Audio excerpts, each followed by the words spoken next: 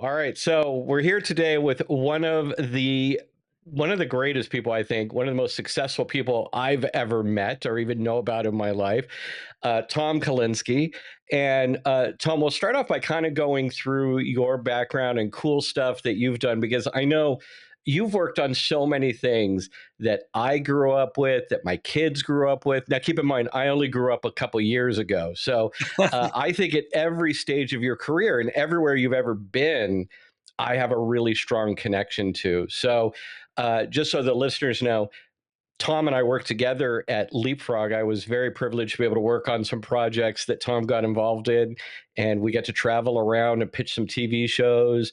But you're in for a real treat because Tom has an amazing background and has been successful with everything he's ever touched. So he'll probably say that that's not true, but it is true. So let's jump right in. So Tom, let's talk about kind of where your career started and how you got into kids products and content and all that crazy stuff, wherever you want to begin. Okay, well, I'm blushing from your introduction, but thank you so much. So I got involved in kids products early in my career. I had a master's degree in business, part of it from University of Wisconsin, finished at University of Arizona, joined J. Walter Thompson in New York in 1968. Woo. and I ended up getting put on a new business development group there. And one of the products that we were working on was children's chewable vitamins for Miles Laboratories. And Miles had a children's chewable vitamin called Chalks, which was a chocolate flavored children's chewable vitamin. And one year back then, Bristol Myers brought out Pals, which were animal shaped, multicolored, fruit flavored vitamins, and the chalks business disappeared. It literally fell off a cliff. And so we needed to get a new vitamin done. And we did all this research, and we go out to Miles Laboratories in Elkhart, Indiana, and we say, okay, you got to do Flintstones. They said, you're out of your mind. The TV show just went off prime time. It was a primetime animated show for largely adults, and they put it on Saturday morning. So clearly the brand is declining. It's going away. Go do some more research. So we did. And we came back and a few weeks later, we said, no, no, no, no, no. You got to do Flintstones. So a guy they're all doctors, by the way, at Miles Laboratories. Right. And Dr. Ollie Joy, we called him O Joy, said, okay, we don't really believe in it, but if you'll come out here in Elkhart and do it, and help us, we'll do that. So I did. And Elkhart's a small city, by the way. and we did Flintstones, did the packaging, did the advertising. It was the first time that a commercial had been done in rotoscope, where you Oh, animated Fred Flintstone climbing a mountain, and next to him is a live child climbing the mountain. So you have the animation and the live action together. And Fred was singing "Yabba Dabba Doo, Yabba Dabba Doo, Flintstones vitamins are good to chew," and I and love it. it became the number one best-selling children's vitamin in about 6 weeks. And I don't follow that industry anymore, but I think it still is today, all these 55 years later or whatever that is. Yep. Anyway, I got working on children's products. You know what's funny, Tom? I don't mean to interrupt you, but I was just thinking what an unfortunate name Chalks was, because of course it was named for chocolate, but I remember as a kid, before Flintstones vitamins came out, which of course we took and had, everything else tasted like chalk, like school blackboard chalk. So, they're probably, thanks for fixing that. But also, I mean, man, for the first product out of the gate for you, I mean, that's a staple, man. That's something I grew up with, my kids grew up with, and I'm sure it still is the top vitamin. Yeah, I believe it is. And Mattel took note, Yep. and they were looking for a product manager for preschool toys. And I wanted to get back west. My wife wanted to get back west, and so we went to Mattel in Hawthorne, California, outside of LA. Interviewed and got hired. Worked on preschool toys, CNCs, Jack in the Boxes, uh, talking toys for kids. Some of them somewhat educational, and and help grow that business. So it was a successful effort on my part. And one day, Ruth Handler, the founder of Mattel, and mother of Barbara Handler, Barbie, Yep. came to my cubicle and said, Barbie doll sales declined last year. The retailers say it's over for Barbie. The Wall Street analysts, because Mattel's a public company, say it's over for Barbie. My own sales force says it's over for Barbie. What do you think about that? I said, Ruth, that's the stupidest thing I've ever heard. Barbie will be around long after you and I are gone.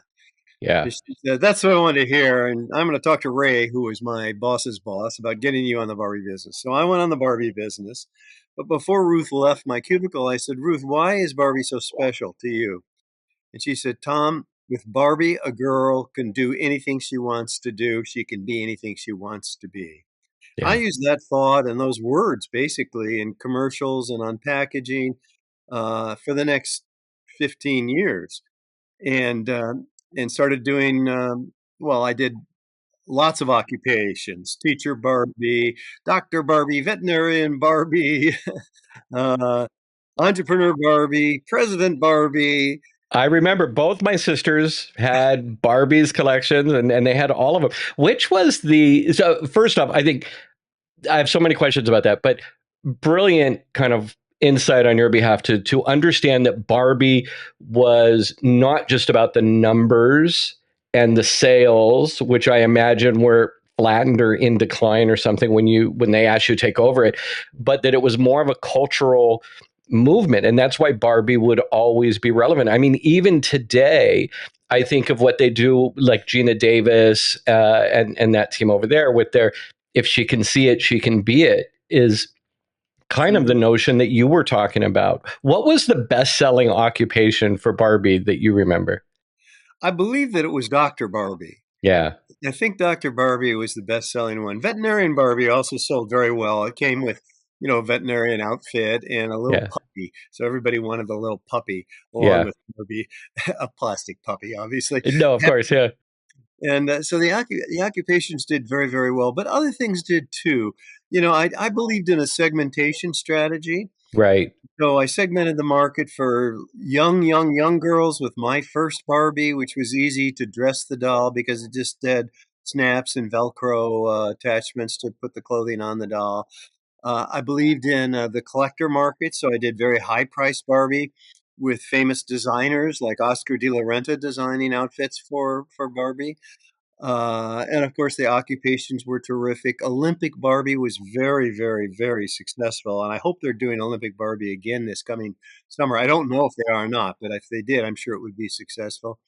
Ballerina Barbie was Mm. very, very successful. Little girls loved the idea of becoming a ballerina. So many of those dolls were very successful. And to answer your question, by the way, Barbie sales had declined from 100 million to 42 million when I took over in Oh, 1973.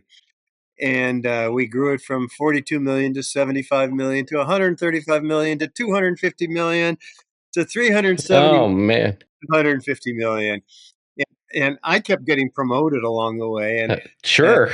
I got other responsibilities. I worked on Hot Wheels. I worked on, I developed He-Man Masters of the Universe at the same time. And I promoted a gal named Jill Barad to take over Right. the Barbie business when it was about 550 million. And she was the smartest thing I ever did because she took it for 550 million. I thought I was good at the segmentation strategy. She was much better. She took it from 550 million to a billion and a billion and a half. At My one point, I think goodness. 2 billion. And today, the Barbie business, based partly on the success of the movie, is a $1.5 billion brand. Other than Lego, it's the biggest brand in the toy industry. Yeah. Very, very successful product line. Yeah, no, that's amazing, and thank God you stepped up and said, no, no, no, no, this is always relevant, and stepped up to really take the lead and think about it differently. That it's just amazing. As I said, my sisters had lots of Barbies, and I would never admit it when I was a younger man, but I will admit that, we would all play together and stuff like that. But the thing that as the bratty brother, I was most interested in the Corvette, the Barbie Corvette. I think it was a Corvette, but it was a Yes, it sports was. car for sure. That interested me most, but that it made me think of Matchbox, which was also very successful at the same time. Was that one of your brands? Well, that's a great question. Uh, I'll jump to that. When I became CEO of Mattel, and I was CEO in 1985, 86, 87, and the board of directors decided that I was age 38, too young to be CEO by myself. So they had another fellow who actually was a friend of mine, John Ammerman, who ran our international business, become a CEO too. So he had two CEOs, co-CEO of Mattel.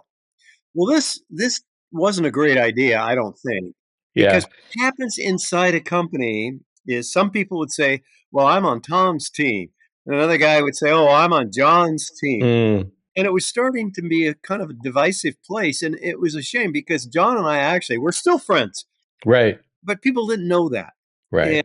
and it was harming the company. And I Matchbox Toys was in bankruptcy in the UK.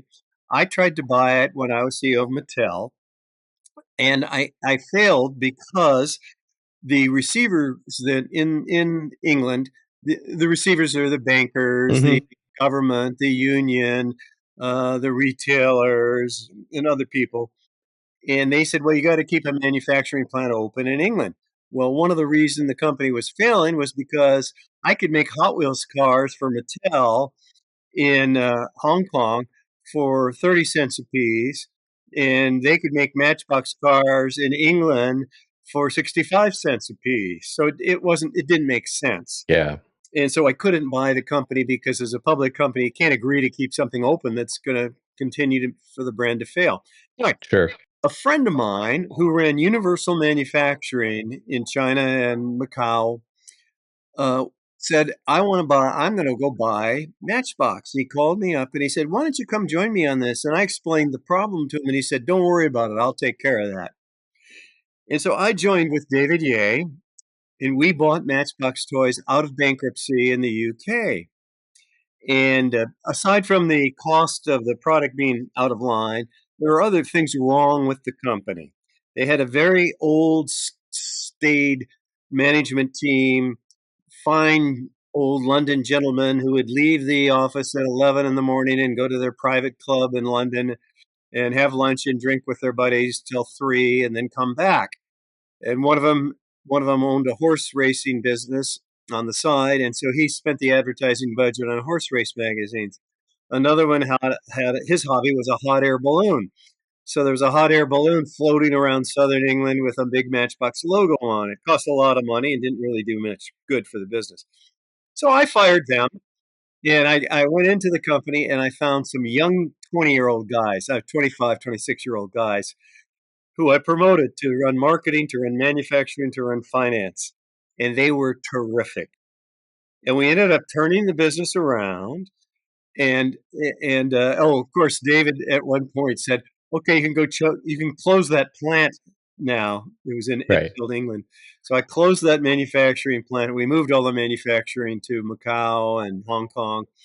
Had the same competitive costs as Hot Wheels, and grew the business where Hot Wheels and Matchbox were both equally strong in the marketplace. Right. Ended up taking it public on the New York Stock Exchange. And then after 3 years, you have to understand, I had a bunch of children and I was traveling 200 days a year. Yeah. Because Matchbox, its business was actually better in England, Australia, in Asia than it was in the United States. So I was traveling constantly. Right. And one day I said to my partner, David, I said, we got to sell this. so, so we did. We sold it to Tyco. And two Right. years later, Mattel bought Tyco. And that is how That's Match how it came back under. Gotcha. became a Mattel brand, which it still is today. Wow. Yeah. No, it's a great brand. Of course, we had Hot Wheels and Matchbox, and I always thought Matchbox was a little edgier with the cars they chose and the design. And it makes perfect sense. Being one of those guys that really likes the European cars and the flair of the European Yeah, cars from that era better anyway, I think it just spoke to me more. There was much more European designed cars and stuff like that. So I didn't know it was originally Enfield. But that's okay. So that's amazing. So okay. So anything else we should touch on at Mattel before we move on to the next thing? Because I mean, I'm sure you worked on a lot of amazing stuff there. I did. And of course, one of the other great stories was He-Man Masters of the Universe. Developed it, again, a lot of research. This very strong muscular character uh, beat out the other things we were testing it against. And in those days, Kenner had Star Wars. Hasbro bought Kenner, so Hasbro then had GI Joe and Star Wars. Mattel had no real male action figure. We had something called Big Jim, who wasn't so big. And anyway, we did this research, and He-Man and Skeletor won that research. Castle Grayskull was a big play area for the guys to play with their enemies and friends in, and uh, and we developed about a $75 million business.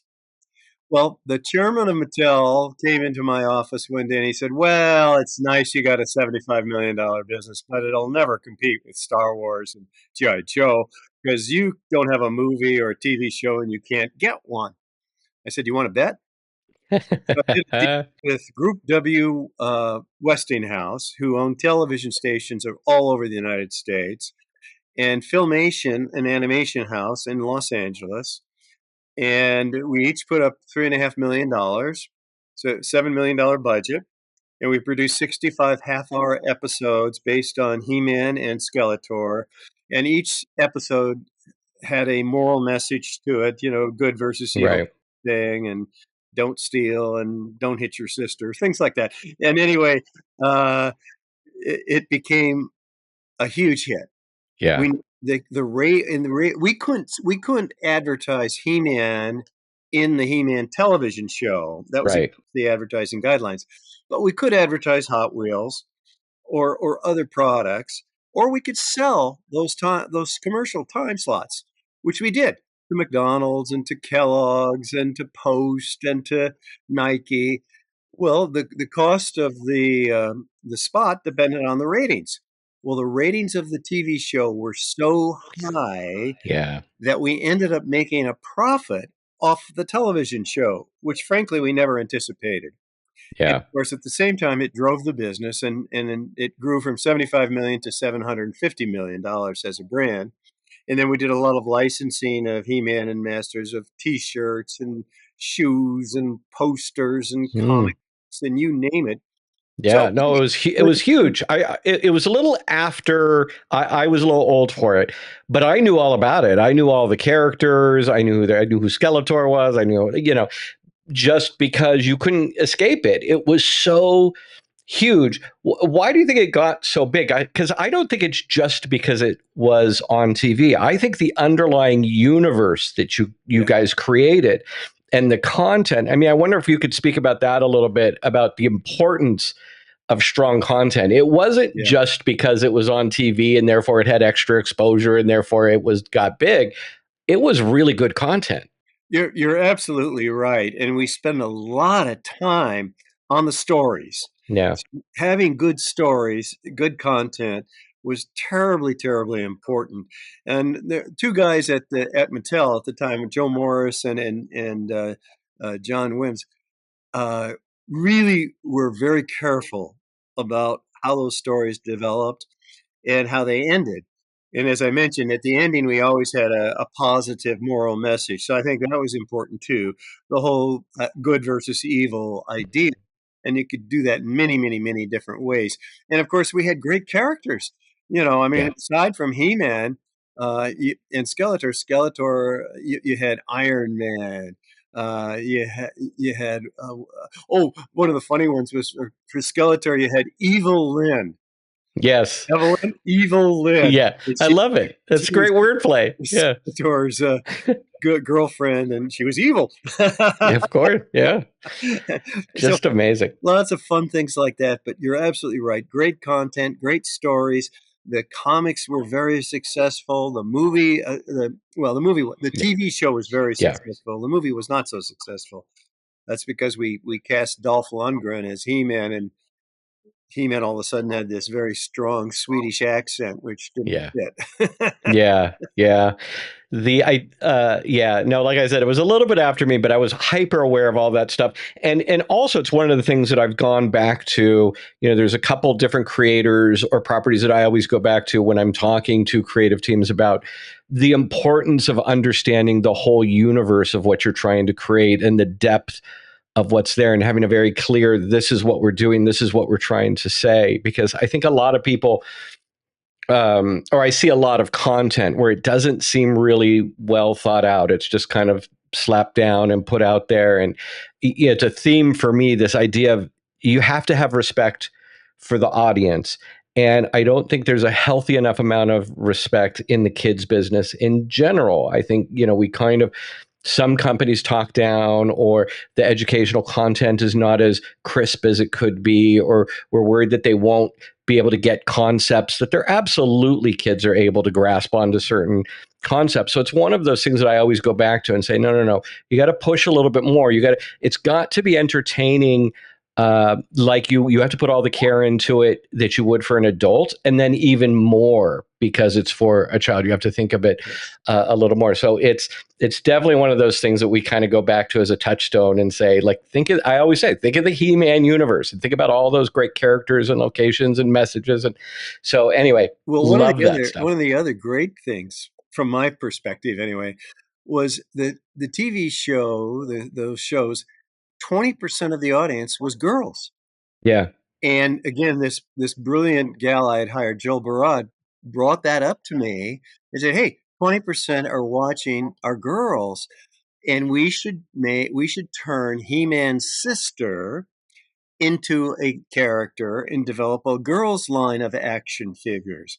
So that was the Yes. first time Princess of Power became a girls' action figure line. Yeah. It too was very, very successful.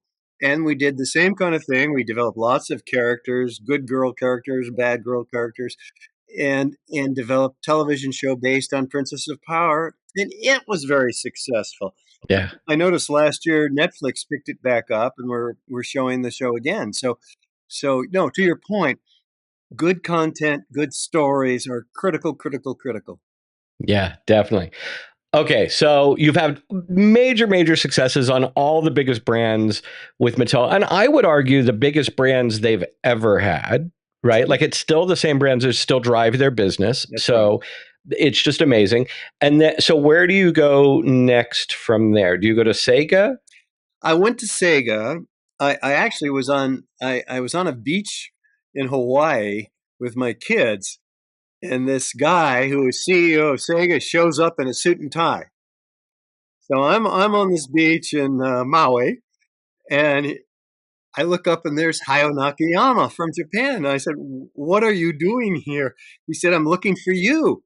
I Oh my God, he went to Hawaii to find you. He's said, stalking you. he stalked me, and he found out because my assistant told him where I was. No, I was at the Waikoloa Hotel in Maui, and he shows up, and I said, "Well, what do you want to talk about?" He said, "Well, I want you to come back to Tokyo with me." I said, "Why would I do that?"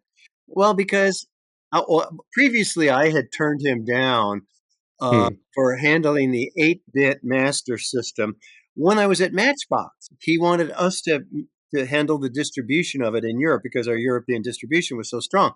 And I turned him down because, and I said, "No, no, no, no. Your system is no different than the 8-bit NES, Nintendo right. Entertainment System. So it'd be too difficult to take them on with something that's the same or inferior." So he knew me, and Gotcha. I knew him also because in the days I was at Mattel, Paramount Pictures owned Sega, and I would go over to Paramount to see what they had that we could license from them, like Happy Days and Morgan Right. and And one time, Hayao Nakayama was there, so I'd met him long, long, long ago. Anyway, I said, "Well, why should I go back to Tokyo with you?" He said, "Well, because I know you don't like our 8-bit system, but I have a 16-bit system. It's far superior, and I also have a handheld portable game system that has a color LCD screen to compete with Game Boy, Nintendo's Game Boy black and white screen, and you're gonna love it." What was that, Game Gear? I don't know, I'm here on vacation. Right. My daughter at the time was 6 years old, lying next to me in the sand, and she said, "Daddy, he came all the way from Tokyo. You have to go with him." I said, "Okay, okay." So I literally did, went back to Tokyo, and he was absolutely right. I had never seen anything like this. I mean, the Yeah. 16-bit technology and what it could do for video games was incredible to me. It was so much better than what I was aware of. I was aware of Intellivision, obviously, at Mattel. I was aware of NES, and this was so superior. Yeah. And the color portable system, the same thing. I was really entranced by this. So I joined him, but before I joined him, I said, "Hi, I know how you guys run companies. You want every decision made in Tokyo, and that isn't going to work for me. You can't make the decisions in Tokyo for the United States and Europe. I got to be able to make those decisions." And he said, "Okay, I agree to that." And to his credit, he lived up to it. And so I did all these things, I took on Nintendo and advertising. I made fun of them. We started developing lots of sports titles in the United States, and Joe Montana football, Tommy Lasorda baseball, David Robinson basketball, FIFA soccer, and and also I did more aggressive games. I said, "We got to change the audience. Leave Nintendo, the 9 to 13-year-old. Yes. We're gonna go after the 13-year-old plus teenage and college age market." We Yeah. did a lot of college marketing. We were the first to advertise on MTV. We had set up displays outside of rock concerts, comparing. We'd Yeah. have Sega set up and Nintendo set up, and we'd ask the passerbys, "Which do you think is better? Play it. See what you like better." And 90% of the time, Sega would win in those Yeah. comparisons that we did, both outside of rock concerts and in shopping malls around the country. And we did lots of college marketing, had a college kid on every campus whose job was to play Sega games in the dormitory breakout rooms and in the fraternities and what have you. Yeah. And of course, we were very aggressive. We were very, very Yeah. aggressive. We went after an older age, which meant we had to do. We couldn't do just G-rated games. Or, oh, by the way, we developed a rating system as well. Mm. We had our own Sega rating system that was done by a professor from New York University, and he had his colleagues help rate. There were sociologists and psychologists and what have you, and they'd rate every game we did. And we developed our own system of GA for Yeah. general audience, T for teen audience, Yeah. M for mature audience, and Which of course is helps move those titles when you're talking about that age group also, right? Which so it makes a lot of sense because I grew up a gamer. I've had every gaming system since the Atari 2600. Actually, I had Pong and then the Atari, but I think it was very perceptive to understand that a lot of us had grown through that stuff, and the games were pretty you know they were kids games. We were still playing them and the game mechanics were still great. But then here comes Sega, and I'm definitely right in the middle of the MTV generation. And here's this super hip, super aggressive titles with M's all over the front of them, and I'm in. I mean, I think I was standing in line to buy Night Trap when that came out on CD. Like it was like, the more adult it was, the better. well, yes, and obviously you hit on it. We were well aware that if the older brother who was 17 was playing a game, the younger brother who was 10 was going to want to play those games as well. So there was a little bit of that kind of thought going into Yeah. it. And you hit on the head. We did the mature titles. We did Mortal Kombat the original way Yep. that it was meant to be played on in the arcade world, and we developed a very strong character to compete with Mario. We developed Sonic the Hedgehog. And you talk Yes. about strong stories and strong content. This again, Sonic is all based on stories. Yeah. Sonic is a smart ass teenager who lives next door, who gets in a little trouble always, but somehow because of his brains and his ability to be very fast, his speed, Yeah. he gets out of trouble. And that really resonated with the audience. Yeah. And Sonic became very, very popular. And as you know, there have been two movies that were highly, highly successful. The third movie's coming out this fall. So again, a brand I'm very proud of having been associated with, and I have Sonic all over the place in this Yeah. I'm sure. office. I mean, this is a There you go. Yeah. Oh, look at that. Yeah. 3D. Yeah, yeah, that I was a think I good have one. that same one. Here's the other part of it that I think over time people don't really kind of remember or understand, which is Sonic was so perfect for Sega for a couple reasons. Number one, Sonic's attitude was that of a teenager, right? So it Sort of. really resonated. It was the first character I can remember in a video game that had, if you didn't touch the controller, he would fold his arms and tap his foot. Tap, Like, come on, man, tap let's his foot. go. Let's go. Yeah, and I just thought that was brilliant. But then also on the other side of things, like that game, I don't think would have been possible on any other system at that time. Like that You're game right. was only possible because it was a 60-bit system because it was so fast. Yeah, you Yeah, couldn't do it. You couldn't move that fast if you didn't have the chipset that we had in the Genesis. A funny right. story. Uh, Andy Grove was CEO of Intel at that time, and he was getting interested in video games being played on the PC. So he Yes. invited us over, and we go over to Intel headquarters, and he says, "I want you to guys to play Sonic the Hedgehog on a PC." And to your point, we said, "Can't be done. Yeah.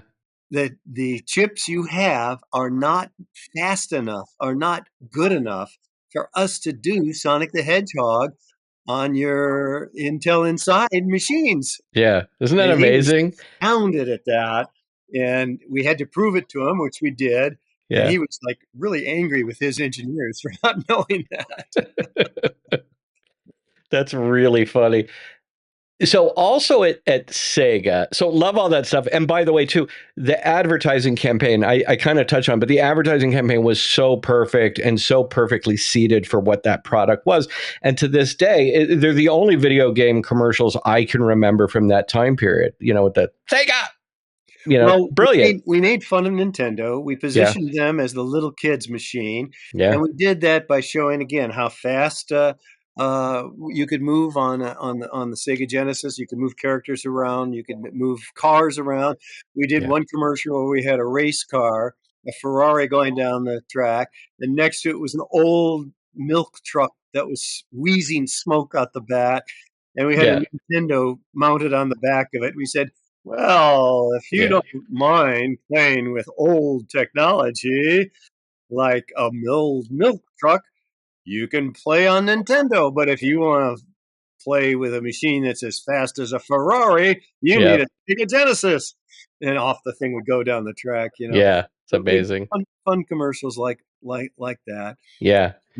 And one other thing that at Sega that, and I know we'll get into this, is we did also develop Pico, the child's first computer, Yes. and it was an educational product hooked up to a television, had books that had a cartridge built into them that you plugged into the Pico machine, and then the same picture would show up on the television screen as you were looking at on a printed page.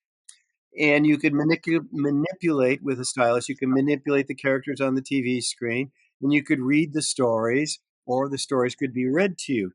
Well, I thought this was wonderful, and we did about $100 million on it. And the guys in Japan, the executives there said, "Why are you screwing around with an educational product? It's too hard to do. Just do another Sonic the Hedgehog title and do 400 million in revenue." Right. And of course, that was true. But I really liked that product, and I really liked that uh, ability to help educate kids. And it was one of the reasons I left Sega was because of this attitude that they had, and they didn't want me to do things like that. And the Hmm. problem was they, even though Ohio had said you can make all the decisions in the United States, toward the end of my time at Sega, they were saying things like, "Well, why are you doing a new Sonic the Hedgehog commercial? Just take this one we did here in Japan and dub it." Well, it wasn't to the right audience, and it No. wasn't correct for the American audience, and that was just a dumb idea. And so I said back to them, I said, "Well, let's see. We've got a 55% share of the video game market here in the United States, and you've got a 10% share of the video game market in Japan. So you want us to do what you're doing there, and you're failing." Yeah. Needless to say, that didn't endear me He to. did love that. but you're right, and that's exactly why they wanted you to begin with, right? It's not like you're just going on with these things. So let's talk a little bit more about the genesis of, sorry, that's probably the wrong word for Sega, the beginning of Pico, because it is kind of a little bit out of left field with everything else that you were Yeah. doing. And although you had been in kids content and business all of the time preceding this, is this then your first educational product? Well, actually not. We did do an educational product at Mattel as well, and tried to do the equivalent of a child's first computer there, and it wasn't that successful. And I think the reason was we weren't doing the educational content well or good enough. Uh, Hmm. uh, the thing. Well, we'll get into LeapFrog, but Sure. you've got to do these things correctly. And I have 6 children, so I served on the local school board here for a school in Palo Alto. I was involved with the NEA, the National Education Association's Foundation for the Improvement of Education, and I was involved in a few other education foundations. I got invited to be on the board of Blackboard, Yep. the largest learning management system in the world, and so I was very involved in education, just not so much in my business life until I did Pico, and then until I left and joined with Mike Milken and Larry Ellison, who invested in me to use technology to improve education, whether it's cradle or grave education, literally Right. young children, through teens, through curriculum, through college, to career training, and so And that that's Knowledge Adventure? knowledge universe. Knowledge Universe, sorry. And Wrong company. yeah, wrong Knowledge company. Universe, I yeah. tried to buy Knowledge Adventure, but anyway, uh, so they each invested $250 million. So I was CEO of a startup with $500 million in the bank, which is a little unusual. Yes. And the mandate was, as I said, get companies that are going to improve human capital, whether they're for little kids or older adults. And so the first company we bought was one that Larry liked a lot. It was computer training actually in England, and it was called Spring. We later changed the name, uh, but to oh gosh, I don't remember what we changed the name to. But anyway, Orange, and Got we ended up with a very successful business there. And the second investment we did was in Mike Wood yes. and LeapFrog. And as you know, Mike was a very interesting guy. Uh, Yes. I can't wait to hear about like your guys' first meeting. Like I of course only know both of you post you guys kind of teaming up. So I would love to hear about some of those early times and when you first met Mike and kind of what attracted you to what was going on over there. Other well, than just a brilliant idea, right? and also his stick to itiveness. I mean, he was so determined to make this Yeah. company successful. And the first product he did was the Phonics desk, Hmm. and he worked with Lawrence Livermore engineers. And as you know, the technology was you had all these plastic letters on a desk. I have one here somewhere. Um, and you could press the letter and it would say A. A says ah. And but there was another space where you could put a cutout of words. So the word cat would be there. You take the C and you put it over the C, the A, put it over the A, the T, put it over the T. Now, when you press the letter, it said ka, ah, ta. And this technology was teaching letter sounds and later teaching phonics, and it became a successful product. But his first year was really tough. Yeah. Retailers didn't want to buy it. He was fortunate enough to convince one buyer at Toys R Us, Howard Moore at the time, to buy it. So he had Toys R Us distribution. He talked his way into a showroom in New York Toy Fair where it was a wholesaler who said, "Well, I don't have space to put this thing." And Mike said, "Well, what about that space over there?" It was on top of a radiator, a New York office Yeah. radiator. He Yeah. put some paper over the top of it and put his phonics desk on it and stood there and pitched it to all the buyers that came through the showroom. So this was the kind of incredible uh, never give up attitude Yeah. that Mike had. And I was really attracted to that. And that's why I was attracted to him and the business. And also the Toys R Us buyer, Howard Moore, said, "Hey, this guy's really good. You gotta help him." And Yeah. and so that was why we ended up, frankly, overpaying for Mm, LeapFrog, but that was to make sure the company was well financed, and we right. left Mike with a huge percentage of ownership in the company that he could then distribute to his key executives and allow him to hire more key executives. Right. And that was really the start. Oh, don't let me forget. He was working with professors at Stanford. Professor Bob Calfee, who was Associate Dean of the School of Education, was very important to LeapFrog's development, and later Yes. other professors. And and so he was doing things correctly. Yes. He would ask Dr. Calfee, "Well, what do I need to do for a kid who's just starting to understand letters and letter sounds, and what's important for me to do?" And Bob would tell him, and Mike Yeah. would then make it into a fun and interesting product. So Yeah. that's what attracted me to Mike and why we're still friends today. Yeah, no, just an amazing guy, and you're right. You know that Bob Calfee, also another interesting guy who was had a very clear vision of what he wanted, and what he thought and what the strategy should be.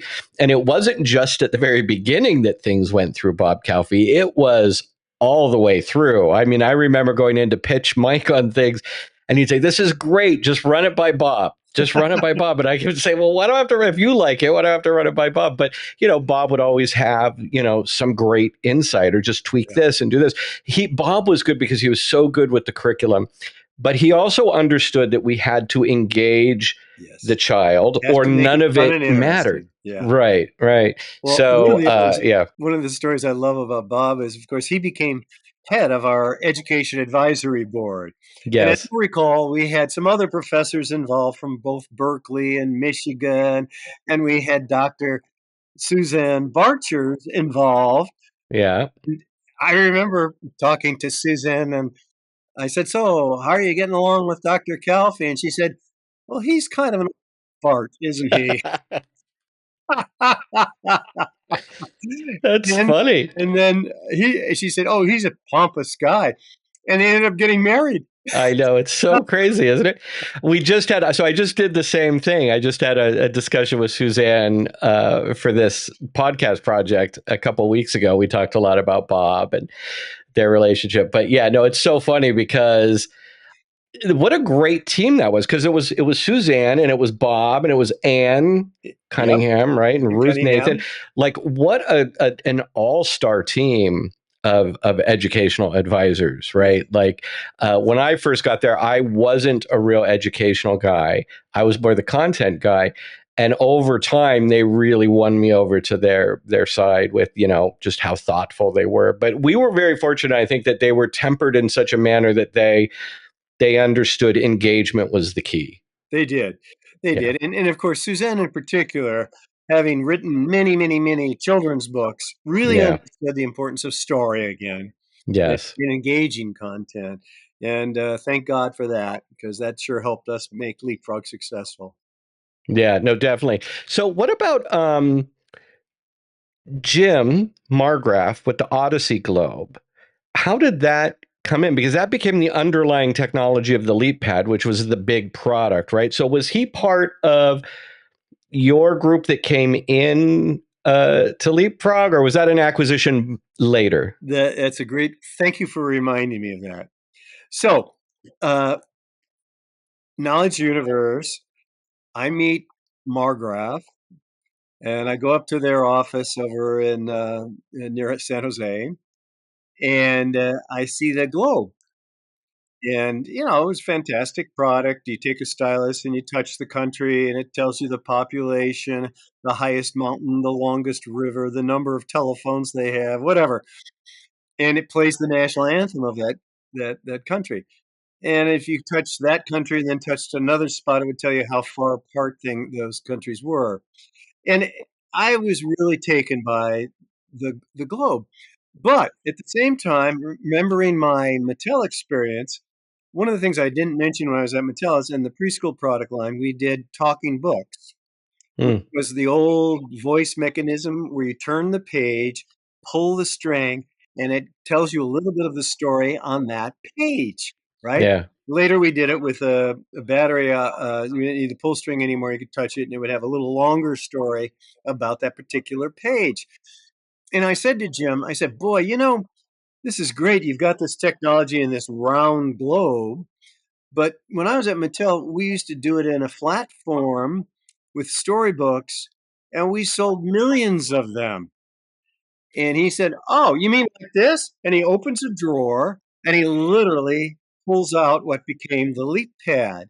And he had it in a drawer. They weren't doing much with it anymore. And of course, it was where you put the book on top of it.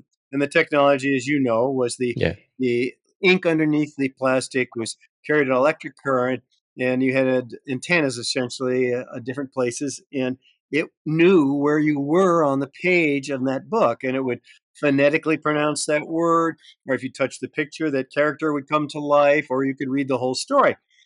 I thought this was incredible. So I call up Mike Wood, and I said, "Mike, you got to come out and see this." And he says, "Tom, I'm really busy. Can can you have him come a little bit closer?" I said, "Okay." And at the time I had an office. I'm here in Atherton, Menlo Park. I had an office here as well. And I said, "Can you come over here to take a look at it?" And so that is how I finally convinced Mike to come take a look at this. And of course, he liked it too. But Margraf at the time was looking for a licensing deal, and he wanted a lot of money up front, and he wanted a big mm, royalty. And I said to Mike Wood, I said, "Let's not do that. Let's just buy the company." yeah, And so we bought his company, Explore, and it became part of LeapFrog, and Jim became a very important part of LeapFrog, and so were the other guys that worked with him. They all became important parts of LeapFrog and helped us on our technology products for the next God knows how many years.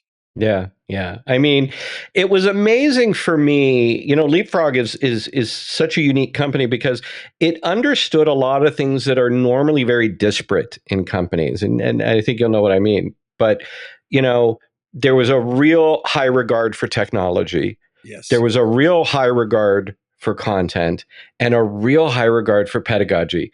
And I don't think I've been at a company that gets two of those right, let alone understanding and kind of coveting all three and saying, no, we have to be the best at all three of these things. And that's what I think made LeapFrog stand above every other product that was out and continues to be out. I still think LeapFrog is at the top of the heap when it came to execution. And you guys, I mean, to your credit, Tom, you built that into $1 billion company, where there wasn't like, you proved out the market. The market wasn't there before LeapFrog came along. Well, it's the couple of things that I'm really proud of at LeapFrog was, first of all, the team that we built. I mean, all you guys were just incredible. We had the best people. Yeah. But secondly, to your point, an educational toy had never done what the LeapPad did. The LeapPad, in its first year of existence, outsold all the other toys in the toy marketplace. Outsold the best-selling Barbie, outsold the Yes. best-selling Star Wars toy. And LeapPad was the toy. We started this whole thing in I say we, the toy industry started this thing with Toy of the Year and Yeah. Hall of Fame toys and what have you. And LeapPad was, if not the first, one of the first Toy of the Year products, and it outsold every other product in the marketplace. And that had never happened before. An Yeah. educational product doing that? Incredible. Crazy. Yeah. Unheard of. But it's so, Tom, how do you think, at some level, I feel like you knew that there was something there, right? Because way back in the Pico days, you were kind of spearheading these things, and you must have believed that someday there was a barrier that could be broken through, and it's amazing that you finally got through it. But I don't know a really elegant way to ask the question. I just said, like, how did you know? What made you believe, I guess, is the question. Well, solving the problem. Yeah. Let's face it, and the problem still exists today, which I'm sure we'll get into. Yeah. Kids were having a very difficult time reading at the right level, Yeah. and their parents were pulling their hair out.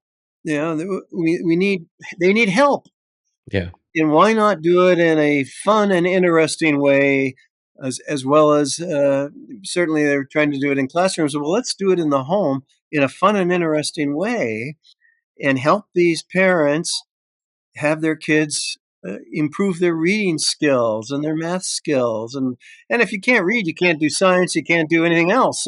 Right. So really, really important to help solve this problem, or at least do something about this problem. And Yeah. obviously it still exists today. I mean, I was reading in the newspaper yesterday or the day before that the California scores just came out, and 43% of children are not reading at grade level, at third grade Yeah. level. Yeah. They're not in third grade reading at that level. There's not, chances are they're not going to be at sixth grade, and they're not going to be in high school at the right. No. So No, because that delta just keeps getting bigger and bigger, right? It's hard, very hard to come back. By that point, I hate to say it, but by that point, it's almost too late. The it's almost hard work true. has to, yeah, Yeah, yeah. yeah, Anyway, so it's a big problem, yeah, and LeapFrog did a lot to help alleviate that problem. Um, one of the things I'm sorry about is that we ended up having to sell the company, yeah, and we made a number of mistakes.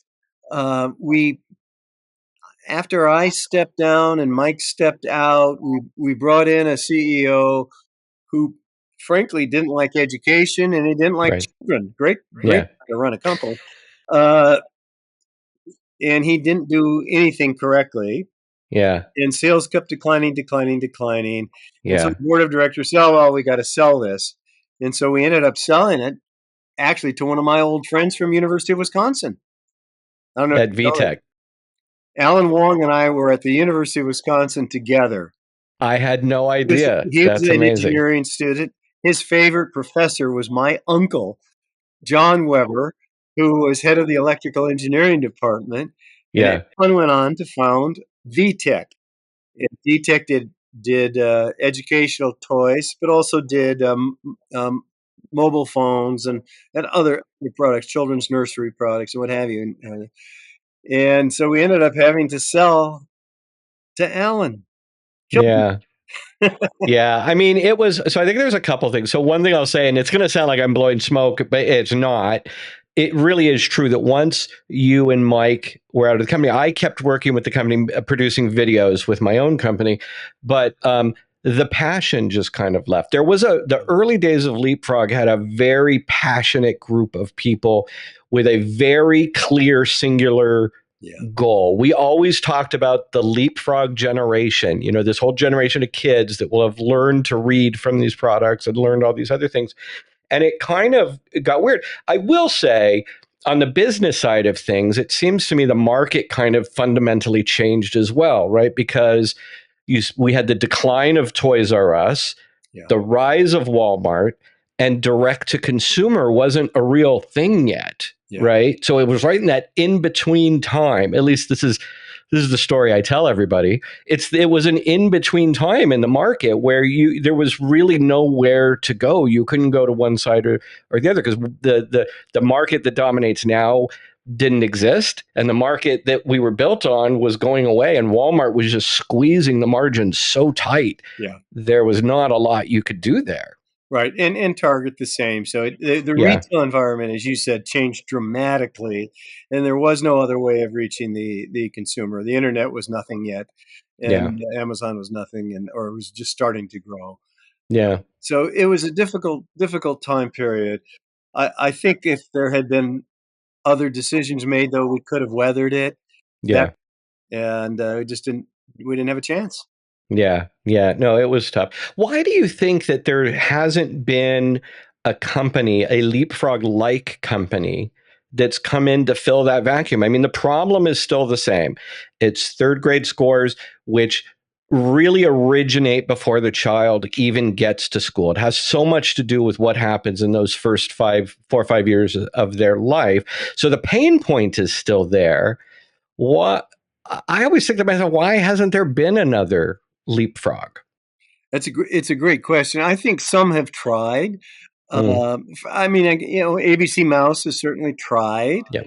I don't think the curriculum's as good as it should be, but they tried.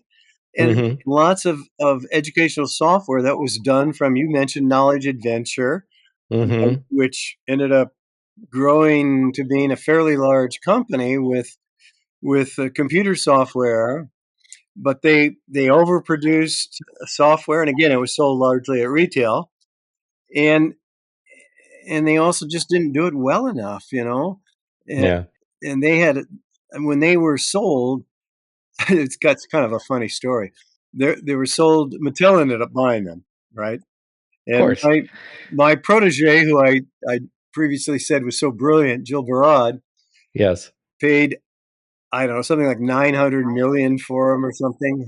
Oh no, it was Mm, more than that. It was over a billion. And Mike Milken and Larry Ellison and I had looked at buying Knowledge Adventure, and they had like $100 million of worthless inventory in their own warehouse and another 200 million at retail. And you had to deduct that from whatever you thought the company was worth. They hadn't invested in any R&D to do any new products. It was all old stuff. right. And so we couldn't manage to get to a number more than 400 or 500 million, and we thought that was Right. overpaying for it. Yeah. So after Jill paid over a billion for it, I called her up and I said, Jill, now we're not the smartest guys in the world, but we're not the dumbest. And I don't know how you got to this number that you paid for them. And she said, oh, Tom, you don't understand. The board at Mattel really, really wants it. The CFO really, really wants it. And they think we can do a lot with all this inventory that they have, and we'll spread it all over the world. And Knowledge Adventure didn't know how to do that, and we do, and blah, blah, blah. Yeah. Well, it didn't work. And No. a year later, she called me and she said, well, you were right. What do I do now? Yeah. Yeah. You just write down. Exactly. Yeah. So yeah, no, that's amazing. And it's another interesting thing to look at when you look at Knowledge Adventure and the CD-ROM market and how it was so tied to a specific technology. And then as times change, you find yourself, almost a slave to your own catalog. It's very tough business. But where do you think we are today? What do you think it could take? Are you excited about all these new technologies coming into the market and their promise, or not for education? And do you think we're kind of at the cusp of another era where it could change again? I do. And as you know, one of the things I've believed in for a long, long, long, long time, back largely because of Dr. Calfee, I think, was we've got to figure out how to understand each individual child better so that we can tailor the educational content to that child, the personalization of education. And we did a little bit of that at LeapFrog with the technology that was available in those days. And we could tell when a kid was struggling with the OU sound in a word as opposed to the TH sounds in a word. And we could Mhm. feed him more of those words that have a more OU in it than TH.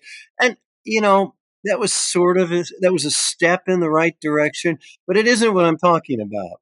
Right. I mean, I'm talking about if a kid is really having trouble with math, but he loves cars, let's teach him math in a car paradigm. Let's make every problem a car related mathematic problem for him to keep his interest level up.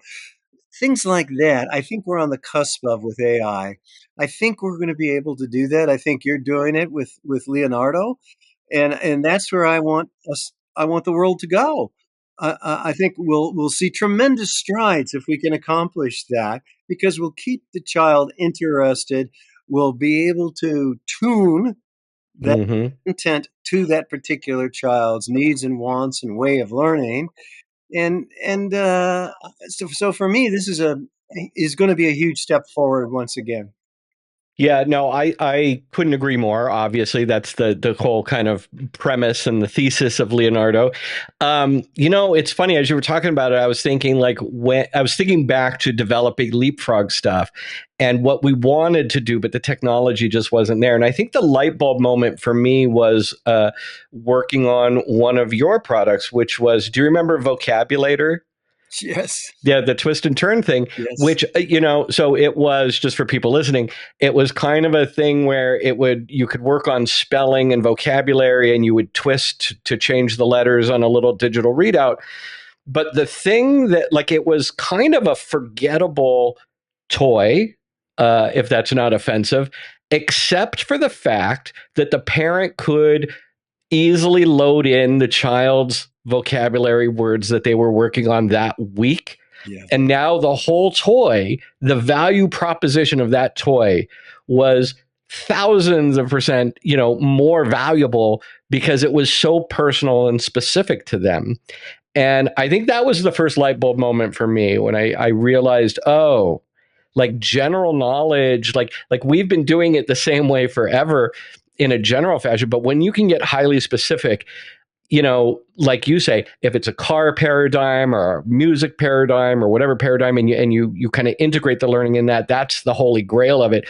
But it's that personalization, even at a very little level, makes the whole difference. yes. I agree with that. And of course, what parent wouldn't want their child to ace that week's spelling test? Exactly. Everybody Exactly. does. And so Yeah. it was solving a real world problem. Yeah, no, I agree, and I think that that's where a lot of the effectiveness of the leapfrog stuff came from. All right, so what are you? Is there any? So I know you have a book coming out, which I can't wait to read. Obviously, I read everything you cover. What's the title of your new book? I can't tell you. We haven't Oh, okay. decided yet. All right. You love this one. One of the titles that we're working with is The Experts Are Always Wrong. Love it. I love that. And Yeah. the other title is Welcome to the Next Level. So we're trying to decide I what to like the do with first it. one. Yeah, and we're way behind. I'm way behind, by the way. I Yeah. mean, you know how to do these things better than me, but you got to sit down and spend 6 uninterrupted hours every day writing this thing. I know. Yeah. I don't have that discipline yet. I'm hoping I'll get it. I'm working with a professor from Pennsylvania, so Yeah. he's trying to teach me that discipline. Yeah. Yeah. Well, remember, the experts are always wrong, Yes, Tom. they So are. discipline may not be the May end not all be be answered. all. And of course, we did the book Console Wars, Yes, uh, love which is the console video wars. game business, Sega versus Nintendo, and it became a best-selling book. And Yeah, documentary film was the most watched documentary film on CBS and Paramount Prime. So I'm hoping we can have the same effect with a book that's not just on the video game industry, but is on everything, everything. all Yeah, across the all of the stuff you've done, because it really is diverse. You've done some amazing stuff, and you continue to be involved in amazing things. Um, Let me ask you this: what I'm not going to ask you the question that everybody asks, which is what is your favorite product? Because that's like choosing among your children sometimes, right? You just can't do it. But what was your favorite environment Ah, that you kind of worked in? I have been so damn lucky Yeah. because I loved all of it. You know, my Mattel friends, we still have Mattel reunions. We call Mm, it the Funny Farm. love And it. all of us that worked there in the 70s and 80s get together once a year and we have a great old time. At Sega, we did the same thing. We just had a Sega reunion a few months ago. 300 people showed up. Wow. And it makes me feel so good that people cared enough to come back to a meeting like that. And then LeapFrog, the same thing. We had such a dramatic impact, as you've pointed out, on the toy industry and the education industry, and the people who worked there all enjoyed themselves tremendously. We're all still friends. Uh, Yeah. I'm still in touch with everybody. Yeah, Yeah. Yeah. I Yeah. really am. Mike and I went to a game recently together, a baseball game. That's great. Yeah, uh, Cool. and we'll do it again this summer again. Uh, Yeah. But I and think that that's right. It's the thing that I got worried about during COVID and all this remote working and stuff like that, because I agree with you. All of my favorite job it, jobs involve this environment where it was more like a group of friends coming together to solve a problem. And there's a lot of respect, there's a lot of camaraderie. And the ones that I still keep in touch with are the ones that came from those environments. I mean, I've had some jobs where you don't have that, obviously, and you lose track of those people immediately. So I agree with you. I think that's the big takeaway. The people are what make it, and the mission, having a single mission. gotta have a mission that everybody buys into and agrees to. I mean, remember the meetings we'd have at LeapFrog where we would talk about these issues of how we're improving or trying to improve Yeah, education, trying to help improve the NAEP scores in yeah, reading and mathematics. And everybody was really into that full force. yeah. Yeah. Yeah, no, and also, but combined with, I can remember going into that conference room and pitching things to you and Mike and the team and Madeline and the whole group. And it was like, nothing was off the table. I mean, I remember going in and saying outlandish things like, "Hey, we should start a television network." And somebody would say, Mike would say, "Well, Chris, how do you do that?" And I'd say, I don't know, but it just seems like something we should look at." And it was like, all right, well, let's look at, like, if it made Yeah. sense, we would look at it. We didn't listen to everything I said, thank God, but I felt there was a real openness and freedom to have big ideas and to dream big. Well, and you know what? We should have done a children's educational network, and we certainly should have done LeapFrog television show. I Yeah. get reminded of that. I'm still friends with Mike Milken, and every time I see him, he says, "Boy, I wish we had done a LeapFrog television show." You know what I love about that? If I can just be real honest for a second. When Mike Milken first saw the LeapFrog videos, he was not a fan. And he came in and he told me on one of his trips over there that he did not believe in it. And he thought it was terrible. But to hear that now he's like, I wish we would have done LeapFrog TV gives Came me a little around. personal satisfaction. He came around. I love that. I love that. All right. Any advice for me, Tom, as I set off on this amazing adventure? Well, no, I think you're on the right track. I love the name, by the way. I think Thank you. that's wonderful, Leonardo. And Yeah. I know that this use of AI it can have a real positive impact on education. I just know it deep down. It's going to work. It's going to in the places it's going to work best are in education and medicine Yep. and in training. Uh, Yep. and I just don't give up. Keep at it. You have to have that same bulldog approach that Mike Wood had, where you just Yep. push your way through all the obstacles in front of you and just never give up. Awesome. I love it. I paid special attention to that part because I knew Mike as somebody who was like hard charged to make sure it was the best it could be. I remember he always used to say, well, we'd say, like, here it is, and here's this amazing thing. We've worked on it for 2 months. And you say, okay, great. This is an A. how do we make it an A plus? And he'd send you back for another month of, toiling Yeah. and working on it. So, yeah, no, I love that part of it. I have to channel my inner Mike Wood, which I'll be happy to do. But Yep. thank you so much for your time today, Tom, and your expert advice, your opinion, your friendship over the years. You are amazing. You're definitely one of my heroes, and I Oh, really well, thank you, appreciate you Chris. spending some time. Thank you, Chris. I'm a big admirer of you as well. Thank Thank you. you. All right, enjoy the rest of your day. Thanks, Tom. Bye-bye. All right, bye bye.